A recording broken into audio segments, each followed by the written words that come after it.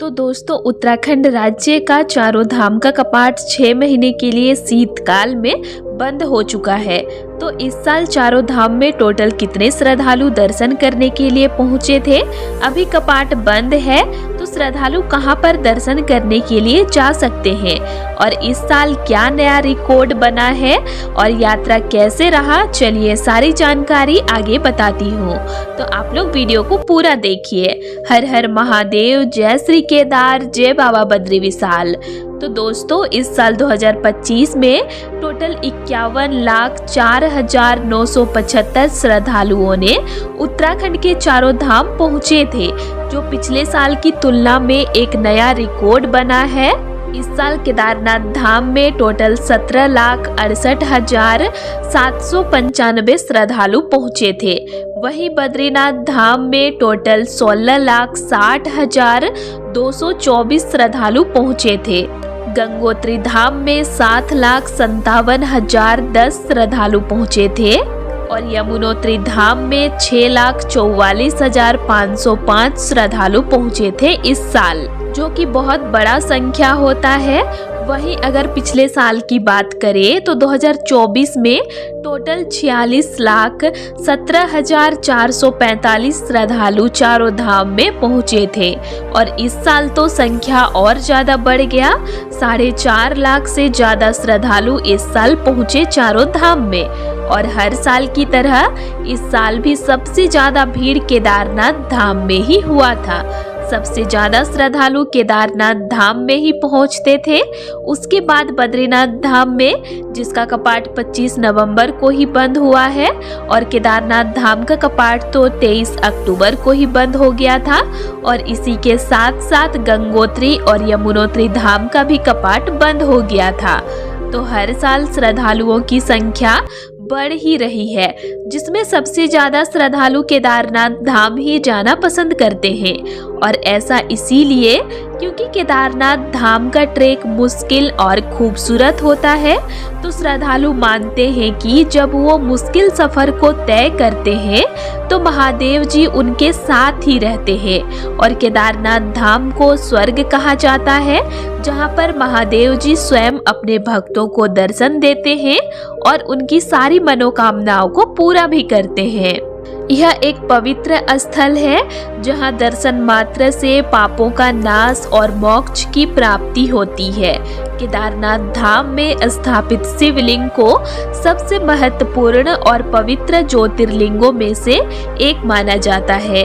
इसे जागृत महादेव भी कहा जाता है और यह मान्यता है कि यहाँ स्वयं महादेव जी निवास करते हैं। मंदिर के आसपास का शांत और सुकून भरा वातावरण ध्यान और प्रार्थना के लिए आदर्श है, जो भक्तों को आंतरिक शांति प्रदान करता है। मंदिर तक पहुंचने के लिए लगभग 18 किलोमीटर की चढ़ाई करनी पड़ती है, जो श्रद्धालुओं के लिए एक रोमांचक अनुभव होता है।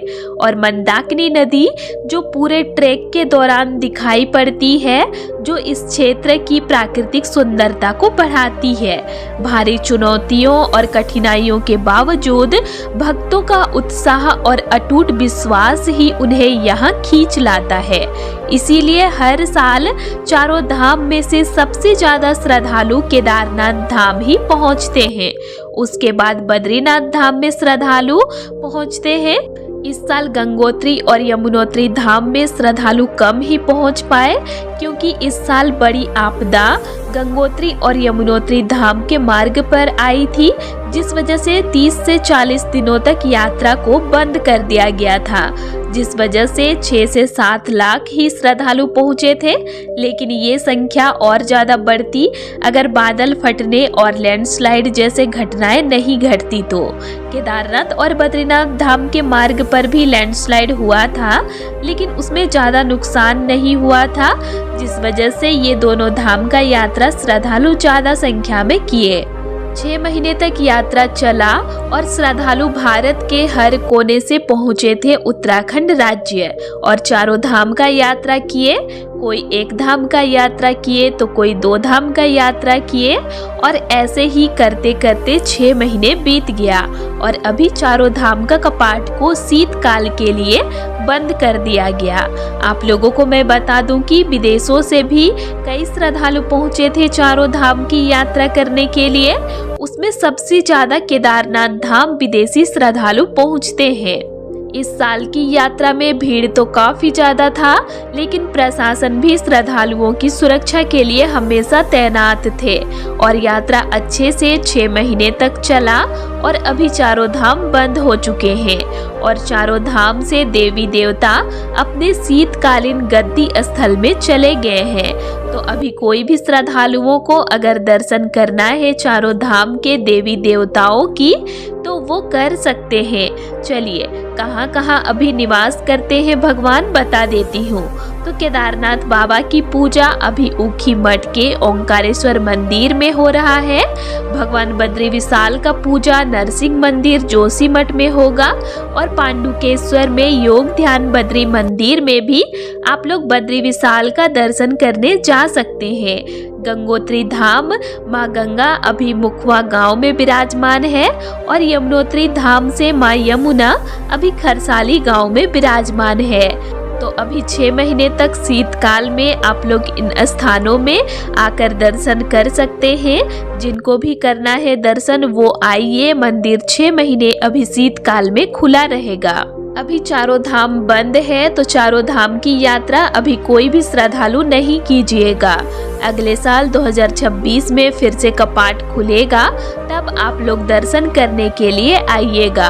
अभी पहाड़ी क्षेत्रों में ठंडा काफी ज्यादा बढ़ गया है। बद्रीनाथ धाम में तो अभी तक बर्फबारी शुरू नहीं हुआ है और केदारनाथ धाम में भी अभी तक बर्फबारी शुरू नहीं हुआ है, लेकिन कुछ दिनों में मौसम में बदलाव आ जाएगा, फिर चारों धाम बर्फ से ढकने लगेगा। तो इस साल तो काफी अच्छे से यात्रा चला। मौसम में बदलाव तो होते रहा, लेकिन श्रद्धालुओं की आस्था में कोई कमी नहीं आई। श्रद्धालु लाखों की संख्या में धूप बरसात ठंडा में पहुंचे और 6 महीने में 51,04,975 श्रद्धालु पहुंचे और अपनी मनोकामनाओं को मांगे। बच्चों से लेकर बड़े बुजुर्ग श्रद्धालु भी पहुंचे थे और अभी चारों धाम में सिर्फ सन्नाटा छाया हुआ है। ठंड काफी ज्यादा बढ़ गई है। रास्ते जहां पर भी टूटे हुए थे उनका मरम्मत कर दिया गया है। अभी 2026 का धीरे धीरे तैयारी शुरू होगा। तो जितने भी श्रद्धालु 2026 में आने वाले हैं वो मेरे इस चैनल को सब्सक्राइब जरूर कर लीजिएगा, क्योंकि मैं लेटेस्ट अपडेट देती रहती हूँ। तो आप लोगों को यात्रा करने में काफ़ी हेल्प मिलेगा। 2026 में श्रद्धालुओं की संख्या और ज़्यादा बढ़ेगा, क्योंकि हर साल श्रद्धालुओं की संख्या बढ़ ही रही है। तो दोस्तों आप लोग भी तैयार रहिए और 2026 में कपाट खुलने का इंतजार कीजिए। तो दोस्तों आज के लिए इतना ही, और आप लोगों को मेरा आज का इन्फॉर्मेशन कैसे लगा ये मुझे कमेंट करके ज़रूर बताइएगा। और वीडियो अच्छा लगा तो वीडियो को लाइक कीजिएगा और साथ ही चैनल को सब्सक्राइब भी ज़रूर कर लीजिएगा।